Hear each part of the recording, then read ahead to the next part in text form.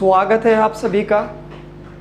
अगर आप भी एसएससी जीडी की तैयारी कर रहे हैं तो आपके लिए ये क्लास बहुत ही ज़्यादा इम्पोर्टेंट है, क्योंकि आज की क्लास में हम डिस्कस करने वाले हैं एसएससी जीडी का जो 11/2/2019 का पेपर था फर्स्ट शिफ्ट का, उसके बारे में। इस पेपर की जो रीजनिंग वाला पोर्शन था वो हम पिछली क्लास में डिस्कस कर चुके हैं आपसे डिटेल के साथ। और अगर आपने वो वीडियो नहीं देखी है तो लिंक मैं डिस्क्रिप्शन में दे दिया हूँ, आप वहाँ जाकर देख लेना। और आज की क्लास में हम डिस्कस करेंगे मैथ का, कि इस पेपर में कैसा मैथ पूछा गया था। ठीक है, कैसा मैथ, एक एक सवाल का सॉल्यूशन यहाँ बोर्ड पर आपको कराऊंगा विद डिटेल के साथ और अच्छे से समझाऊंगा, एक एक चीज़ बढ़िया तरीके से एक्सप्लेन करवाऊंगा। तो बने रहिएगा वीडियो के अंत तक। चलो शुरू करते हैं अपनी क्लास। देखिए, पहला क्वेश्चन है, एक कमरे की लंबाई, चौड़ाई तथा ऊंचाई 21 मीटर, 12 मीटर और 16 मीटर है। मैं जो है सवाल लिख कर दिखा रहा हूँ आपको, और जो मैं पढ़ रहा हूँ उसको अच्छे से समझना, नोट करना चाहो तो कर लेना। लंबाई यानी लेंथ, चौड़ाई यानी बी, ऊंचाई यानी हाइट, ये तीन चीज़ें दी हैं। 21, 12 और 16 मीटर। 21 मीटर, 12 मीटर और 16 मीटर, ये तीन चीज़ें दी हैं। ठीक है, किसी कमरे की। आगे बोला गया, उस कमरे में रखी जाने वाली सबसे बड़ी छड़ की लंबाई क्या होगी। सबसे बड़ी छड़ की लंबाई क्या होगी। अगर हमें कोई आयत दिया गया होता है, ऐसे ये कमरा है मान लो, इसमें लंबाई दी है और चौड़ाई दी है, और अगर हमें इसमें पूछेगा कि सबसे बड़ी रखे जाने वाली छड़ की लंबाई क्या होगी, तो वो ये होगा। सही है, तो ये हमसे क्या पूछा है, विकर्ण की ही बात की है, तो ये क्या होता है, विकर्ण। तो विकर्ण की बात की है। जब कमरे की लंबाई, चौड़ाई और ऊंचाई दी गई हो, लंबाई, चौड़ाई, ऊंचाई जब दी गई हो तो उसका विकर्ण कैसे निकाल सकते हैं हम। देखो, तो विकर्ण निकालने का एक सूत्र होता है सिंपल सा, स्क्वायर रूट, लंबाई का स्क्वायर कर दो, चौड़ाई का स्क्वायर कर दो और ऊंचाई का स्क्वायर कर दो। तो कर दो, देखो क्या आता है। 21 का स्क्वायर करोगे 441 आएगा, प्लस चौड़ाई 12 का स्क्वायर करोगे 144 आएगा, प्लस 16 का स्क्वायर करोगे तो 256 आएगा। ठीक है, 256 आएगा। क्लियर। अब इन तीनों को जोड़ दो, 6 4 10 और 1 11 का 1 हासिल 1, 5 4 9 और 1 10, 4 14 का 4 हासिल 1, 2 और 1 3 और 4 7 और 1 8, 841। हमारे पास रूट में वैल्यू कितनी आ गई, 841 आ गई है। ठीक है, 841। अब ये देखना है 841 किसका वर्ग होता है। ठीक है, 841 किसका वर्ग होता है, बताओ। 841 किसका वर्ग होता है,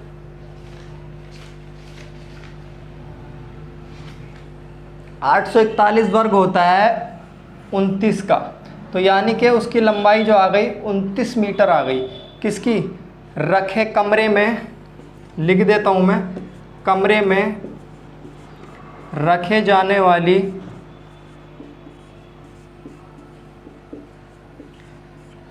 सबसे लंबी छड़ की लंबाई। मैं क्वेश्चन पढ़ के लिख के आपको बताऊंगा, क्योंकि कुछ टेक्निकल प्रॉब्लम होने की वजह से मैं क्वेश्चन लगा नहीं सकता वीडियो में। ठीक है, तो ये सवाल था हमारा एडवांस मैथ से, बहुत ही प्यारा सवाल पूछा गया था ये शिफ्ट 1 में 11/2 में। ठीक है, चलो इसको रफ करते हैं। वीडियो के अंत तक ज़रूर बने रहिएगा, नहीं तो कुछ भी समझ में नहीं आएगा। सारे सवाल एक एक करके सारे सोल्व करवाऊंगा और अच्छी तरीके से समझा के सोल्व करवाऊंगा, ऐसे नहीं कि बस सोल्व करवा दिया। देखो, अगला सवाल पूछा गया था, अध्यापक के वजन को शामिल करने पर 22 छात्रों के एक समूह का औसत वजन 1 किलोग्राम बढ़ जाता है। यानी कि छात्र कितने हैं, सबसे पहले तो उसने ये बता दिया कि छात्र हैं हमारे पास 22 और अध्यापक है। अध्यापक का वजन शामिल करने पर औसत वजन, देखो लिख के बता रहा हूँ, अध्यापक का वजन शामिल करने पर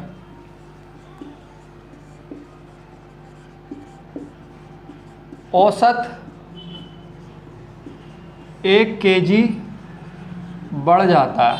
ठीक है, 22 छात्र हैं, अगर उनमें अध्यापक का वजन और शामिल कर लिया जाए तो औसत वजन 1 किलोग्राम बढ़ जाता है। ठीक है, यदि 22 छात्रों के समूह का आरंभिक औसत वजन 31 किलोग्राम है, यानी कि ये जो 22 छात्र हैं इनका औसत कितना है, 31 किलोग्राम है। ठीक है, अगर 22 छात्रों का औसत 31 किलोग्राम है तो इनका योग कितना होगा ये निकाल लो। 31 छात्रों का योग कितना होगा, क्या करेंगे 22 से इसे गुणा कर देंगे, 22 ही कम 22 हासिल लगा 2, 22 दिया 66 और 2 68, यानी कि 822 kg। अगर हम 22 छात्रों का कुल वजन देखें तो हमारे पास 682 kg आ गया। अब हमने क्या किया, अध्यापक का वजन भी शामिल कर दिया, तो 22 छात्र, एक अध्यापक, कितने लोग हो गए टोटल 23, और वजन कितना बढ़ गया 1 किलो, औसत वजन 1 kg बढ़ गया, 31 था 32 kg हो गया। ये समझ में आया। योग अलग चीज़ है, औसत वजन अलग चीज़ है। ठीक है, तो 23 जनों का औसत 32, अगर इन 23 के 23 का योग निकालूं मैं तो क्या आ जाएगा बताइए, 23 दूनी 46, 4 शेष बचा, 23 3 3 9, 3 दूनी 6, 69 और 4 73। ठीक है, 73 यानी कि 736 आ गया। तो भैया 22 छात्रों का वजन 682 किलोग्राम और उसमें अध्यापक को शामिल कर लिया तो 23 जनों का 736 हो गया। अध्यापक का वजन निकालना है,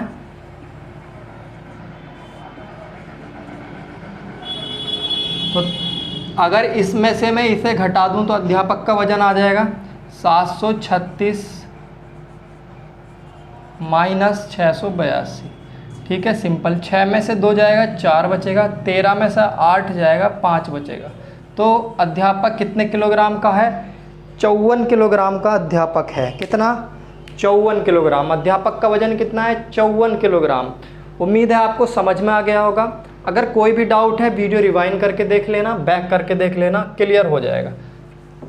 ये सब चीज़ें, ये क्वेश्चन सारे इम्पोर्टेंट हैं क्योंकि प्रीवियस पेपर के हैं और इसी प्रकार से क्वेश्चन पूछे जाएंगे। इन सब को करने से हमें 2 बातों का फ़ायदा होगा। एक तो हमें एक ही आइडिया लग जाएगा कि पेपर किस तरह से पूछा जाता है और लेवल क्या रहता है। ठीक है, और हमें ये भी आइडिया लग जाएगा कि कहाँ से कितना पूछा जा रहा है। ठीक है, आगे बढ़ते हैं। आगे जब बढ़ेंगे तो देखिए एक क्वेश्चन दिया गया है, एक शंकु की ऊंचाई 16 सेंटीमीटर है। ठीक है, शंकु की ऊंचाई को हाइट कहते हैं हम, कितनी दी है 16 सेंटीमीटर। शंकु की बात हो रही है, ध्यान रखना। आगे बोला तथा उसके आधार की त्रिज्या 30 सेंटीमीटर है। त्रिज्या यानी आर 30 सेंटीमीटर है। अब अगर आपने ये सब नहीं पढ़ रखा है तो आपको आपके जो है बाउंसर जाएगा ये, लेकिन यहाँ मैं डिटेल से ये सब चीज़ नहीं पढ़ा सकता क्योंकि यहाँ सारे चैप्टरों का मिक्सर होता है। आप कितने चैप्टर एक बार में पढ़ सकते हैं ना, तो चैप्टर वाइज अगर पढ़ना है तो चैनल को विजिट अच्छे से करो, सारे चैप्टर्स की वीडियो पढ़ी हैं। ठीक है, और आपका नया बैच भी चल रहा है एसएससी जीडी के लिए, यूपी पुलिस के लिए, जिसमें ये एक चैप्टर वाइज सारा सॉल्यूशन मैथ का कराया जा रहा है। ठीक है, आगे कहा यदि इसे रंगने की दर 14 रुपये प्रति सेंटीमीटर स्क्वायर है तो शंकु को बाहर से रंगने में कुल कितना खर्चा आएगा। रंगने की दर दी है 14 रुपये प्रति सेंटीमीटर स्क्वायर। ठीक है, शंकु कुछ ऐसा होता है, देखिए आकृति ऐसी होती है शंकु की, ये होता है शंकु, ये होती है हाइट, ये होती है त्रिज्या और ये होती है तिर्यक ऊंचाई। ठीक है, तिर्यक ऊंचाई। अब हमें इसे बाहर से पेंटेट करना है तो ये वाली ऊंचाई आएगी एक तो, ठीक है, तिर्यक ऊंचाई एल वाली, और ये त्रिज्या वगैरह जो है वो आएगी इसकी। तो हमें क्या करना है, शंकु का क्षेत्रफल देखेंगे पहले क्या होता है, शंकु का क्षेत्रफल। ठीक है, पाई आर एल, देखो त्रिज्या भी आ गई इसमें और ये वाली ऊंचाई ये भी तुम्हारी आ गई, लेकिन एल की वैल्यू तो हमारे पास है नहीं। अब अगर मैं इतने पार्ट को अलग करके देखूं, आप देखो इतना पार्ट ये, तो ये एक त्रिभुज बन रहा है और जिसका ये हमें क्या लग रहा है, कर्ण लग रहा है, तो एल स्क्वायर बराबर क्या हो जाएगा, h square plus r square, square इधर लेके जाओगे, एल बराबर रूट में h square plus r square, तो एल की जगह हम रूट में h square plus r square रख सकते हैं। ये कैसे आया, पाइथागोरस प्रमेय से, पाइथागोरस प्रमेय से, ठीक है। पाइथागोरस प्रमेय से ये आ गया, तो एल की जगह हम ये वैल्यू रख सकते हैं। पाई की वैल्यू होती है 22/7, आर की वैल्यू तुम्हें कितनी दी है 30, ठीक है, इंटू एच कितना है तुम्हारे पास 16, 16 का वर्ग करेंगे 256, ठीक है, और प्लस आर कितना है 30, 30 का वर्ग करेंगे 900। अब इसको कैलकुलेट कर लेंगे, 22/7 प्लस इंटू 30 इंटू कितना हो गया ये 56, 1156, कितना हो गया ये 1156 तुम्हारे पास आ चुका है यहाँ पर, ठीक है।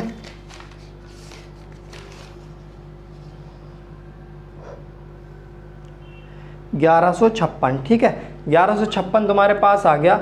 1156 किसका वर्ग होता है, 22/7 गुणा 30, ऐसे ही लिख लिया। 1156 वर्ग होता है 34 का, ठीक है, 1156 किसका वर्ग है 34 का वर्ग है। अब इसे कैलकुलेट कर लो, तुम्हारा आंसर आ जाएगा।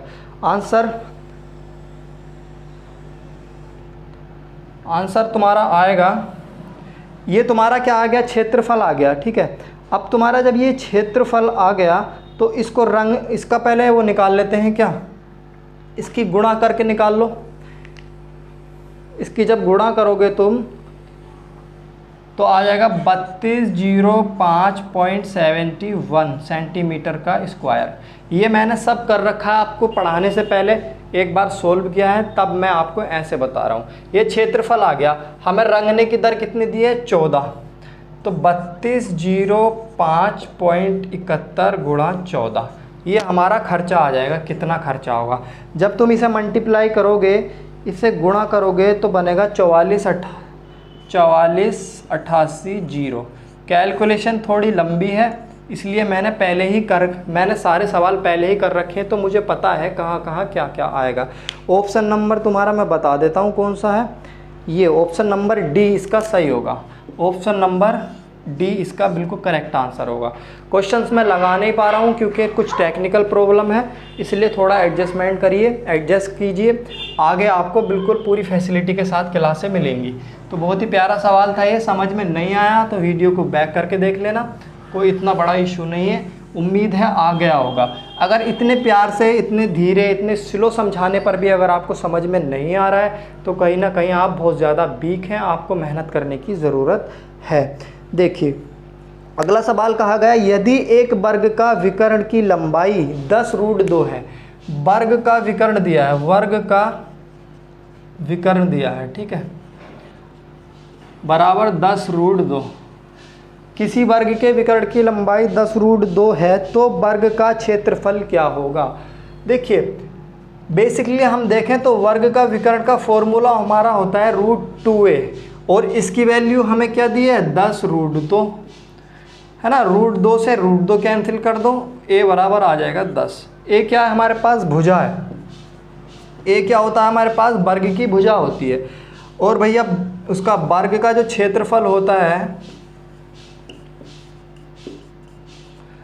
बराबर भुजा का स्क्वायर, यानी a का स्क्वायर। a का स्क्वायर करोगे तो 10 का स्क्वायर हो जाएगा, कितना आ जाएगा 100। इसका आंसर तुम्हारा आ गया 100। 100 तुम्हें दे रखा है ऑप्शन नंबर बी में, ऑप्शन नंबर बी इसका राइट आंसर हो जाएगा। ठीक, बहुत ही आसान सवाल था ये तो, लेकिन अगर आपको नहीं आता है तो बहुत ज़्यादा आपको परेशानी देगा ये सवाल। ठीक है, अगला सवाल देखेंगे, प्रॉफिट एंड लॉस से लिया गया है। अच्छा सवाल है, इजी है बहुत ज़्यादा। यदि एक वस्तु का क्रय मूल्य 220 है, क्रय मूल्य दिया है, क्रय मूल्य ही लिख देता हूँ आपको कन्फ्यूज़न होगा। क्रय मूल्य 220, क्रय मूल्य समझते हो, यानी कि कोई वस्तु है जो 220 रुपये में खरीदी गई है, ठीक है, 20% यानी तथा लाभ 20% है, और इस 220 रुपये की खरीद के इसे 20% लाभ पर बेच दिया है, तो वस्तु का विक्रय मूल्य बताना है। लाभ कितना कमा लिया उस पर, 20% का। बताना क्या है, विक्रय मूल्य। तुम कोई वस्तु 220 की लाए और उस पर 20 रुपये का लाभ कमा लिया, और तो उससे पूछा है कि कितने रुपए में बेची गई होगी। अगर 220 का 20% तुम निकालोगे तो कितना आ जाएगा, 44 आ जाएगा। यानी कि 220 पे 44 का प्रॉफिट तुम कमा रहे हो, तो 220 की तुम लाए थे, 44 रुपये का फ़ायदा कमा लिया, तो 220 और 44 कितना हो गया, 200, बताओ 64, कितना हो गया, 264। ठीक है, तो विक्रय मूल्य तुम्हारा आ गया उसका 264 रुपये। ऑप्शन नंबर इस सवाल में ये दे रखा है सी पर, यानी कि इसका ऑप्शन नंबर बिल्कुल सी होगा। समझ में आया। 220 रुपये की कोई वस्तु खरीदी आपने, उसे 20% लाभ पर बेच दिया। 220 रुपये पे अगर तुम्हें 20% का लाभ होगा तो 44 रुपये का लाभ होगा। अब 220 की वस्तु थी, 44 रुपये का लाभ कमा लिया, तो तुमने बेच कितने की दी, 264 रुपये की। वेरी सिंपल, बहुत ज़्यादा आसान सवाल था, है ना, इसमें कोई दिक्कत ही नहीं थी। चलो अब DI की तरफ बढ़ेंगे। इसमें भी DI पूछी जाती है मैथ में, और DI बहुत अच्छे से पूछी जाती है। देखना, एक एक सवाल पूछा जाता है। चलो देखो, क्वेश्चन नंबर ये 60 है। इसमें एक फिगर दिया गया है, 1 मिनट रुकिए, इसको बाद में देखेंगे, टाइम लगेगा इसमें थोड़ा सा, इसे बाद में बनाएंगे हम। ठीक है, इसे इसलिए हम क्या करेंगे, बाद में बनाएंगे। एक बहुत ही प्यारा सवाल पूछा गया था आपसे, 2 का क्यूब गुणा 3, 2 की घात 3 गुणा 5 की घात 3। ठीक है, और वो पूछा गया था तथा 3 की घात 5 और गुणा 5 की घात 2 का मासा, यानी कि महत्तम समापवर्तीय बताओ। ठीक है, ये पूछा गया था। देखो, महत्तम समापवर्तीय कैसे बताएंगे, 2 चीज़ें होती हैं, एक तो मासा, एक लासा। हमसे मासा पूछा गया, मासा में वो लेते हैं जो कॉमन होता है, कॉमन होता है। ठीक है, और लासा में वो ले लेते हैं जो कॉमन होता है और जो कॉमन नहीं भी होता है, दोनों ले लेते हैं। तो हमें कॉमन वाला पार्ट देखना है। यहाँ 2 कितनी बार है, 3 बार। यहाँ 2 है, यहाँ 2 नहीं है, तो 2 को छोड़ देंगे, 2 तो लेंगे नहीं क्योंकि 2 कॉमन नहीं है। यहाँ 5 है, यहाँ 5 है, हाँ है। 5 यहाँ कितनी बार है, 3 बार, और 5 यहाँ कितनी बार है, 2 बार। 5 यहाँ कितनी बार है, सॉरी 1 मिनट रुकना, 2, ये 5 नहीं है, ये 3 है, 3 की पावर 5 है। ठीक है, थोड़ा मिस्टेक हो गया लिखने में, 3 की पावर 5 है, और आगे जो है 3 की पावर 3 है, ये 3 की पावर 3 है। तो 2 तो कॉमन है नहीं, 2 कट गया, 3 यहाँ पर है, 3 यहाँ पर भी है, तो 3 यहाँ 5 बार है, 3 यहाँ 3 बार है। तो इसमें क्या करते हैं, कम वाला कंडीशन लेते हैं, 3 की पावर 3, कम वाला ये ले लिया। देखो 3 की पावर 3 यहाँ भी होगा, यहाँ भी होगा, क्योंकि यहाँ ऑलरेडी ज़्यादा है। 5 की पावर 2 यहाँ है, यहाँ है, नहीं है, तो ये कट जाएगा। सिंपल, तुम्हारा आंसर हो गया 3 की पावर 3। ये इसका क्या हो गया, महत्तम समापवर्तीय हो गया। इतने आसान सवाल भी आते हैं और थोड़े हार्ड सवाल भी आते हैं, दोनों ही बातें हैं, ध्यान रखना क्या है, दोनों ही बातें हैं। चलो आगे बढ़ते हैं, समझते रहिएगा। अगर सिलेक्शन चाहिए तो, नहीं चाहिए तो कोई बात नहीं है। देखिए बहुत प्यारा सवाल है, अनिल, दीपक तथा दिनेश मिलकर एक कार्य को 35 दिन में पूरा कर सकते हैं। अनिल लिख रहा हूँ, प्लस दीपक प्लस दिनेश, ये तीनों जो हैं किसी कार्य को मिलकर कितने दिन में पूरा कर सकते हैं, 35 दिन में कर सकते हैं, 35 डेज। ठीक है, 35 दिन में पूरा कर सकते हैं। आगे उसने बोला, अनिल तथा दिनेश मिलकर, अनिल तथा दिनेश मिलकर इतने ही कार्य को, जितना कार्य ये तीनों कर रहे थे, इतने ही कार्य को ये दोनों मिलकर कितने दिन में कर सकते हैं, ये 60 दिन में पूरा कर सकते हैं दोनों मिलकर। आगे पूछा तुमसे, दीपक अकेला समान कार्य को कितने दिन में पूरा कर सकता है। कौन, दीपक, तुमसे दीपक के बारे में पूछा है। ठीक है, कोई दिक्कत नहीं। इस प्रकार के सवालों में क्या है, ये जो दिन है हमारे पास, इनका एलसीएम निकाल लेते हैं। इनका एलसीएम क्या आएगा आप देख लेना अच्छे से, 420 आएगा। ठीक है,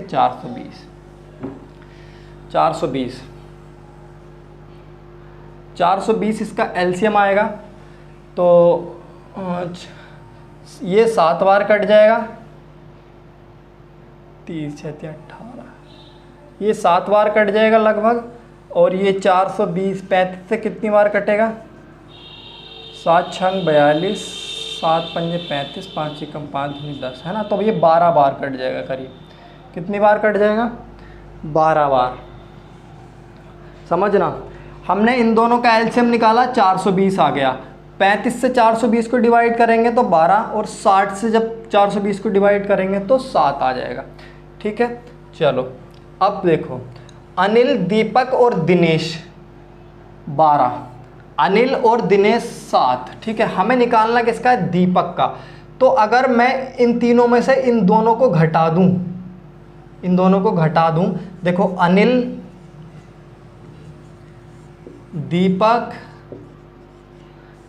प्लस दिनेश, ये हमारे पास तीनों थे। और मैंने कहा इसमें से अगर मैं इन दोनों को घटा दूं, यानी कि माइनस अनिल, इन दोनों को हटा रहा हूं मैं, माइनस दिनेश, इन दोनों को मैंने हटा दिया। ठीक है, तो कहने का मतलब है इसमें से इसे घटा दिया, यानी कि 12 में से 7 निकाल दिया। तो दिनेश अनिल दोनों कट गए, अनिल दिनेश दोनों कट गए, बचा कौन, दीपक, बराबर 12 में से 7 गया 5। तो भैया दीपक जो है, दीपक का कार्य आ रहा है 5, एक दिन का कार्य आ रहा है दीपक का 5। ये क्या आया, 5 एक दिन का कार्य। दीपक एक दिन में 5 कार्य करता है। कार्य करना कितना है, 420, और कितने दिन में करेगा निकालने के लिए इससे भाग कर देंगे।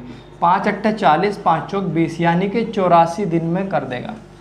दीपक अकेला इस कार्य को कितने दिन में कर देगा, 84 दिन में कर देगा। ऑप्शन तुम्हारा ए पे ही दिया है, 84 दिन। ठीक है, ऑप्शन ए ठीक रहेगा इस क्वेश्चन का। तो इस प्रकार के सवाल पूछे जाते हैं टाइम एंड वर्क से, ध्यान रखना। ठीक है, टाइम एंड वर्क से इस प्रकार के सवाल पूछे जाते हैं। आगे बढ़ते हैं।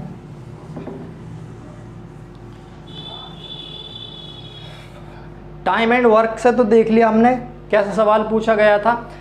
अब टाइम एंड डिस्टेंस से और देख लेते हैं।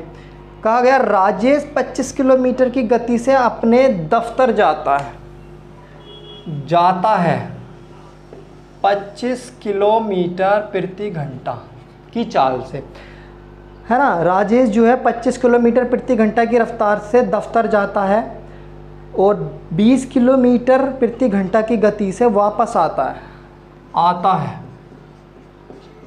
20 किलोमीटर प्रति घंटा, है ना। जाने की चाल उसकी हो गई 25 किलोमीटर प्रति घंटा और आने की चाल हो गई 20 किलोमीटर प्रति घंटा। ठीक है, आता है। यदि कुल 9 घंटे लेता है, यानी आने जाने में कुल समय लेता है 9 घंटा, कुल समय 9 घंटे। ठीक है, 9 घंटे लेता है। क्वेश्चन लिख रहा हूँ, अभी कुछ कर नहीं रहा हूँ। तो उसके दफ्तर तथा घर से मध्य दूरी क्या है, क्या दूरी है घर और दफ्तर के मध्य में, ये बताना है। देखो जब भी ऐसी बात हो तो ये मान लीजिए S1 है, ये S2 है, चाल है, और ये क्या है T। S से मतलब स्पीड, 1 स्पीड मतलब जाने की स्पीड, और S2 स्पीड मतलब आने की स्पीड। तो इसके लिए एक फॉर्मूला होता है S1 into S2 upon S1 plus S2 और इंटू टोटल टाइम। ठीक है, तो इसमें ये लगा दो 25 गुणा 20 और नीचे 25 प्लस 20 और इंटू 9। ठीक है, तो 25 20 ऐसे ही रहने दिया मैंने ऊपर, नीचे तुम्हारे पास हो गया 45 और ये हो गया 9। तो 5 नेम 45, 5 चौक 20, 9 से 9 ये कट गया, और 25 की गुणा जब 4 से करोगे तो 100 किलोमीटर, यानी कि उसकी घर से दफ्तर की दूरी जो है कितनी है, 100 किलोमीटर है। और इस सवाल में तुम्हें ऑप्शन दे रखा है ए पे ही 100 किलोमीटर। ठीक है, समझ में आया। बहुत आसान है सब कुछ, अगर आपने पढ़ा है, आपने समझा है। नहीं पढ़ा है तो आपके लिए ये भी बहुत ज़्यादा हार्ड है, आसान नहीं है। ठीक है, चलो अच्छे अच्छे सवाल हैं, सारे बढ़िया सवाल हैं, है ना। आप देखिए लगातार वीडियो के साथ साथ आप अपने आप को जज कर सकते हैं कि आपको कितना आता है, कितना आप समझ रहे हैं। ठीक है, एक बहुत ही प्यारा सवाल लेंगे बहुत अच्छा सवाल दिया गया है। देखिए, एक थैले में 1 रुपया, 2 रुपया और 5 रुपये के मूल्य वर्ग के रूप में 420 रुपये हैं। 1 रुपये, 2 रुपये और भैया 5 रुपये, ये ऐसे मान लो सिक्के हैं और टोटल कितने हैं रुपये, रुपये में कितने हैं 420 रुपये, टोटल 420 रुपये हैं। और 1 रुपया, 2 रुपये, 5 रुपये के सिक्कों की संख्या 8, 1, 5 है, यानी कि ये 8 है, ये 1 है और ये 5 हैं। अब मुझे एक बात बताओ, 1-1 के सिक्के तुम्हारे पास 8 है तो कितने रुपए हो गए 8 रुपये। 1-1 मतलब 2-2 के सिक्के तुम्हारे पास, एक सिक्का है 2 का तो कितने रुपए हो गए 2 रुपये। 5-5 के सिक्के तुम्हारे पास 5 है तो कितने रुपए हो गए 25 रुपये। इन सबको जोड़ दो, 10 और 25 यानी कि 35 रुपये टोटल ये आ गए 35 रुपये। यार हमारे पास तो कुल 35 रुपये आ रहे हैं, लेकिन टोटल उसने कितना दिया 420। तो कहीं ना कहीं हमारा जो आंसर है वो 35 जो आया वो 420 के बराबर है, क्योंकि ये हमारे टोटल हैं जो हमने निकाले हैं। क्योंकि भैया ये सब अनुपात है, अनुपात जो होता है एग्जैक्ट वैल्यू नहीं होती है। अनुपात का मतलब ऐसे होता है जैसे 2 और 4 अनुपात दे दिया तो इसको डिवाइड करके 1 और 2 लिखा जाता है। अब आपको क्या पता यहाँ ऊपर क्या था क्या नहीं था, अगर मैं इसे रफ कर दूँ तो, है ना। तो ये अनुपात है, तो अनुपात से हमने 35 रुपये या 35 यूनिट निकाल लिया टोटल, और टोटल हमें दिया था 420 रुपये। जब तुम्हें इसे डिवाइड करोगे 7 पंजे 35 और 7 छंग 42, 5 से फिर डिवाइड कर दो, 5 एकम 5, 5 दूनी 10, यानी कि 1 यूनिट की वैल्यू 12 आ गई। ठीक है, पूछा क्या था 5 रुपये के कितने सिक्के हैं, तो 5 रुपये के कितने सिक्के हैं भैया 5, तो 5 यूनिट की वैल्यू कितनी आ जाएगी 60, क्योंकि 12 पंजे 60। 5 रुपये के जो सिक्के हैं वो हैं 60 रुपये। ठीक है, ऑप्शन नंबर तुम्हें इसमें दिया था सी आंसर इसका दिया था ऑप्शन में 60। समझ गए। तो इस प्रकार के सवाल भी पूछे जाते हैं, जो कि बहुत अच्छा सवाल है मेरी नज़रों में। ठीक है, चलो एक परसेंटेज से बहुत इजी सा सवाल पूछ लिया जाता है, लेकिन हम उसमें कंफ्यूज हो जाते हैं। लेकिन अभी कंफ्यूजन तुम्हारा दूर कर देता हूँ बिल्कुल। देखो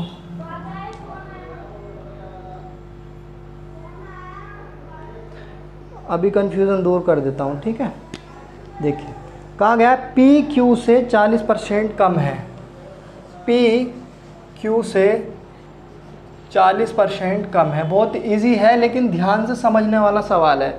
40% क्या है कम है पी क्यू से। ठीक है, तो क्यू पी से कितना प्रतिशत अधिक है, तो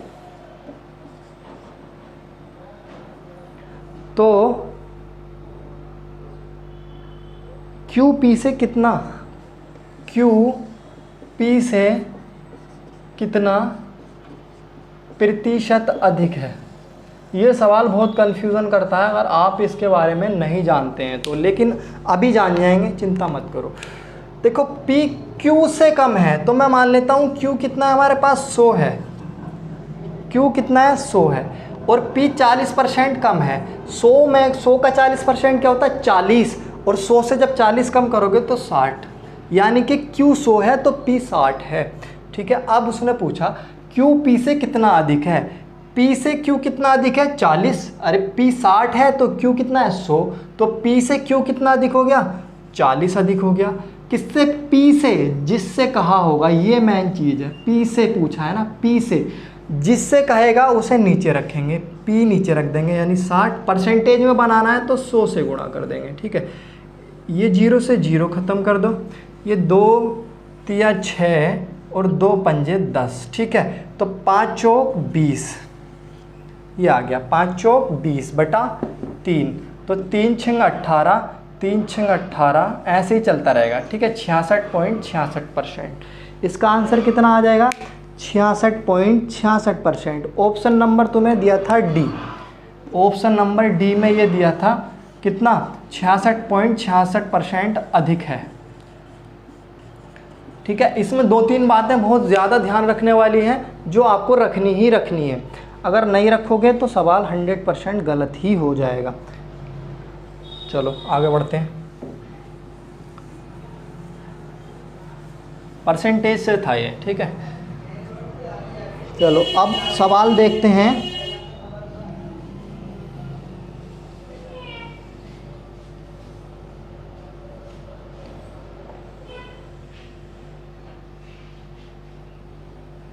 एक सवाल और टाइम एंड डिस्टेंस से पूछा गया था इस पेपर में।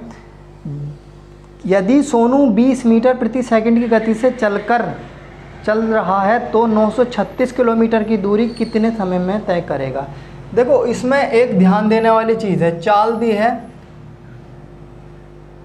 चाल कितनी थी, 20 मीटर प्रति सेकंड, और उसने पूछा है 936 किलोमीटर की दूरी कितनी, 936 किलोमीटर। इसमें एक ध्यान देने वाली चीज़ ये है कि यहाँ मीटर दिया है और यहाँ किलोमीटर दिया है। अगर आप इसे ऐसे डायरेक्ट सोल्व कर दोगे तो 100% आंसर गलत हो जाएगा, और इसीलिए ये चीज़ दी गई है कन्फ्यूज़न के लिए। इसमें अधिकतर कन्फ्यूज़न ही रहता है। तो सबसे पहले जो चाल मीटर प्रति सेकंड में है इसे किलोमीटर प्रति सेकंड में बना लो। किलोमीटर प्रति सेकंड में बनाने के लिए चाल को 18/5 से गुणा कर देते हैं, और अगर किलोमीटर से मीटर प्रति सेकंड में जाना है तो 5/18, इसका उल्टा कर देंगे। ये सब मैंने बहुत डिटेल से पढ़ाया है, चैनल पर जाकर आप वीडियो देख सकते हैं। 5 चौक 20, 18 चौक 72, यानी कि 72 किलोमीटर प्रति घंटा उसकी क्या आ गई, चाल आ गई है, ठीक है। अब 72 किलोमीटर प्रति घंटा की चाल से 936 किलोमीटर दूरी कितनी देर में तय करेगा। तो चाल बराबर क्या होता है तुम्हारे पास, दूरी बट्टा समय, ये सब जानते हैं। समय हमसे पूछा है तो समय इधर ले आओ, समय बराबर क्या हो जाएगा तुम्हारे पास, दूरी बट्टा चाल। ये मैं डायरेक्ट भी बता सकता था लेकिन आपको करके दिखाना ज़रूरी है। तो दूरी क्या है तुम्हारे पास 936 और चाल कितनी आ गई 72। जब तुम इसे डिवाइड करोगे, कर लेते हैं, तो 8 चलो 4 से डिवाइड कर लेते हैं। 4 दूनी 8, 4 तिया 12, 4 चौक 16, 4 एकम 4, 8 32, ठीक है। 18, 18 एकम 18, 18 एकम 18, 18 तिया 54, यानी कि 13 घंटे लगाएगा वो। कितने घंटे लगाएगा, 13 घंटे। 13 घंटे में इस दूरी को तय कर लेगा। ऑप्शन नंबर ए ही दिया था, ठीक है। इस सवाल में ऑप्शन नंबर ए दिया था जिस पे 13 घंटे था। 13 घंटे हमारा राइट आंसर हो जाएगा। चलते हैं आगे।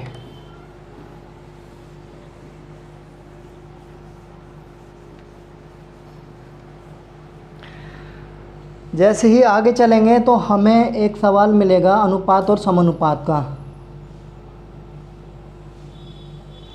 ठीक है। बहुत बढ़िया सवाल है। दो वस्तुओं का मूल्य क्रमशः, अनुपात में दिया है मूल्य, दो वस्तुओं का मूल्य 3:2 दिया है, अनुपात में दिया है। और अनुपात में कोई भी वैल्यू एग्जैक्ट नहीं होती है, ये आपको पता ही है।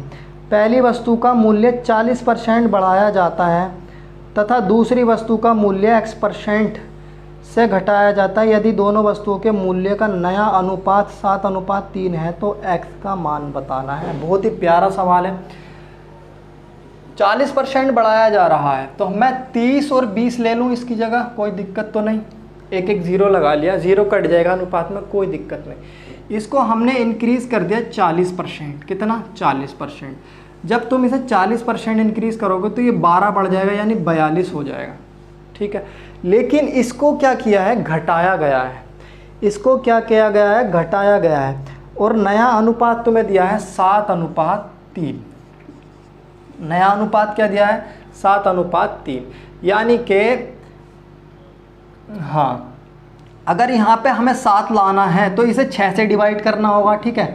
6 सत्ते 42, 6 से डिवाइड करना है। और ऐसे ही यहाँ 6 से डिवाइड करना पड़ेगा। देखो अगर मैं 42 को 6 से डिवाइड करूँ तो 7 बार चला जाएगा, और अगर मुझे वापस 42 पाना हो तो क्या 6 से गुणा करनी पड़ेगी, 7 छंग 42। ऐसे ही यहाँ भी 6 से डिवाइड करा होगा, तो अगर मैं इसे यहाँ 6 से गुणा कर दूँ तो यहाँ पता चल जाएगा क्या होगा, 18 होगा। क्या होगा, 18 होगा। मैंने इसे गुणा करके निकाल लिया, कितना, 18। कितना कम हुआ है, ये 2 कम हुआ है, -2। तो 2 कम हुआ है 20 पे, तो 20 का मतलब 2 का मतलब है 20 का 10%। यानी कि उस पे जो है ना 10% की कमी की गई है। कितनी? 10% की कमी। x प्रतिशत जो दिया था उसकी जगह हमारा आ जाएगा 10% की कमी।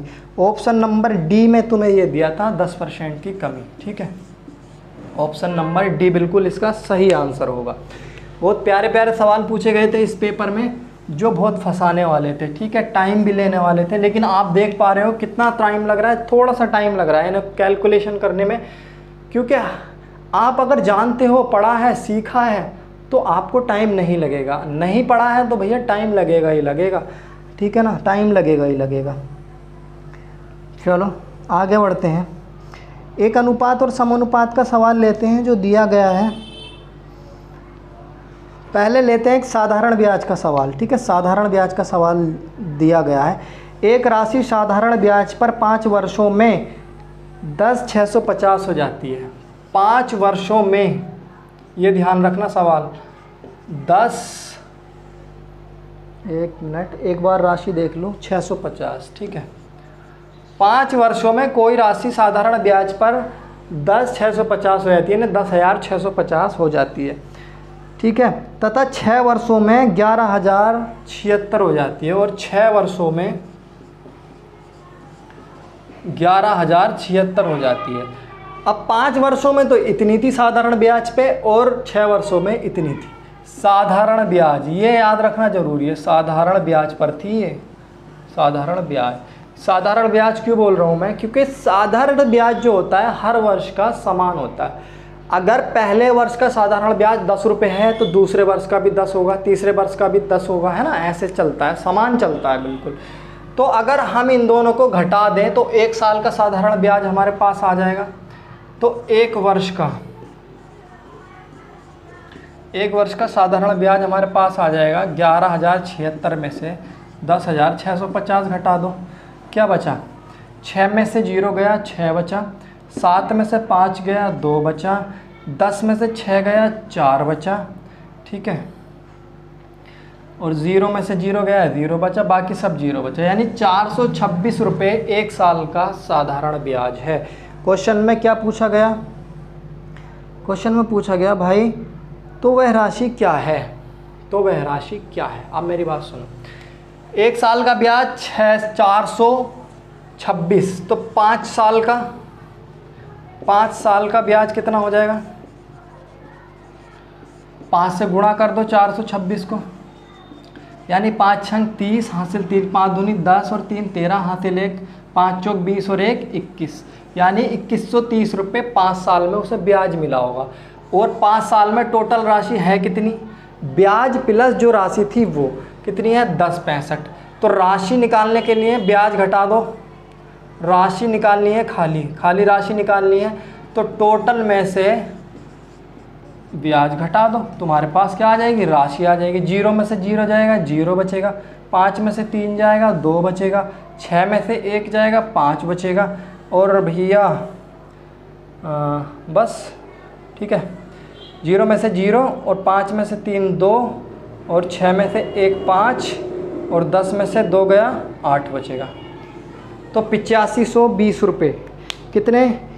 8520 रुपये। ऑप्शन नंबर डी तुम्हें दिया था, ये राइट आंसर हो जाएगा। यानी कि वो जो राशि थी वो 8520 रुपये थी, जिस पे ब्याज लग के 5 सालों में इतनी हो गई थी। तो राशि हमसे पूछी थी, हमारी राशि आ गई 8520 रुपये। ठीक है, कोई दिक्कत होनी नहीं चाहिए। साधारण ब्याज और चक्रवृद्धि ब्याज के कुछ सवाल जो बहुत ही ज़्यादा टफ होते हैं, उनकी वीडियो मैंने एक स्पेशल बना रखी है, आप देखना जाकर। ठीक है, आप जब देखेंगे, ये पूरा चैप्टर मैंने चैनल पे डाल रखा है, आप सारी वीडियो देख लेंगे, आप परफेक्ट हो जाएंगे इस चैप्टर में। बहुत अच्छे से एक एक चीज़ एक्सप्लेन करके मैंने आपको बताया है। ठीक है, तो एक और सवाल बहुत प्यारा सा पूछा गया था, देख लें। कहा गया मनीष ने 225 रुपये प्रति किताब की दर से किताबें खरीदी।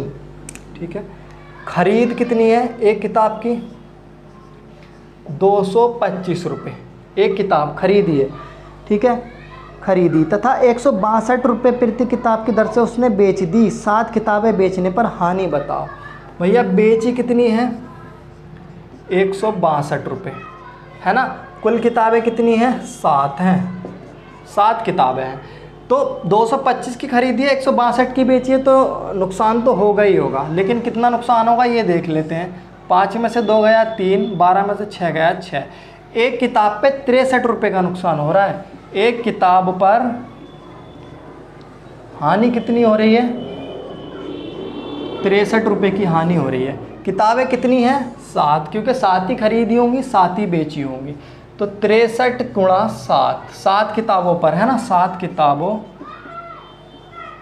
पर हानि, 7 किताबों पर हानि मैं निकालूँ, 7 या 21, 2, 6 छंग 36, 6 सत्ते 42 और 2 44, यानी कि 441 रुपये की हानि उसे 7 किताबों बेचने पर हो जाएगी।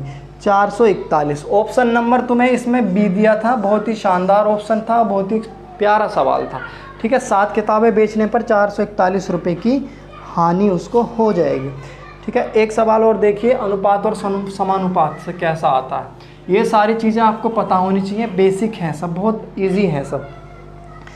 देखिएगा, u v का अनुपात हमें दिया, u अनुपात v बराबर 4:7। ठीक है, u अनुपात v बराबर 4:7। वहीं दिया v अनुपात w, v अनुपात w बराबर तुम्हें दिया, v अनुपात w बराबर 9:7, 9:7। और u की वैल्यू तुम्हें दे दी है 72। u बराबर है कितना? 72 है। तो w का मान बताना है, w बराबर क्या होगा, बस सिंपल। अब इसमें एक चीज़ ध्यान देने वाली है और कुछ नहीं। देखिए यहाँ u v है, यहाँ v w है, तो यहाँ ये दो चीज़ें सेम हैं। तो जब v v सेम है तो v v की वैल्यू भी सेम होनी चाहिए। यहाँ v की वैल्यू ये है, यहाँ v की वैल्यू ये है, लेकिन ये सेम नहीं है, यहाँ 7 है या 9 है। ठीक है, तो इसे सेम करेंगे, कैसे बनाएंगे देखिए। अगर मैं u अनुपात v की बात करूं तो मैं इसमें 9 से गुणा कर देता हूं। किससे? 9 से। 9 चौक 36 और 9 सत्ते 63। ठीक, अब मैं v और w की बात करूं तो यहाँ b की वैल्यू 63 आ गई, तो यहाँ भी 63 बनानी पड़ेगी। तो 9 सत्ते 63, यानी कि यहाँ 7 से गुणा कर देता हूँ, तो 9 सत्ते 63 और 7 सत्ते 49, ये आ गया। अब देखो v की वैल्यू सेम हो गई, तो हमारे पास क्या आ गया? u v और w का अनुपात आ गया 36, 63 और 49। ठीक है, ये हमारे पास अनुपात आ गया। u की वैल्यू हमें दी है और u की वैल्यू हमारे पास कितनी है? 36। तो 36 की वैल्यू हमें 72 दी है, तो 36 से इसे डिवाइड करोगे, 1 की वैल्यू आ जाएगी 2। पूछा है तुमसे w की वैल्यू, w की वैल्यू कितनी है? 49। तो 49 की जब वैल्यू निकालोगे, 9 दूनी 18, 4 दूनी 8 और 1 9, 98 आ जाएगी। तो w की वैल्यू कितनी है तुम्हारे पास? यहाँ 98, यानी कि 98 इसकी वैल्यू है। ऑप्शन नंबर तुम्हें बी दिया था, ये 98 ऑप्शन नंबर बी में दिया था, तो ऑप्शन नंबर बी तुम्हारा राइट आंसर हो जाएगा। ठीक है, चलो 2 सवाल इसमें बोर्ड मास से पूछे गए थे, एक सवाल बताऊंगा बोर्ड मास का तुम्हें इसमें से। ठीक है, एक तुम खुद करना, एक सवाल बताऊंगा, एक तुम खुद कर लेना। ठीक है,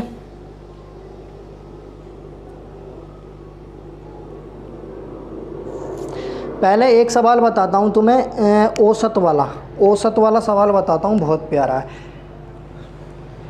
उसने कहा A1, A2, A3, A4 और A5 का औसत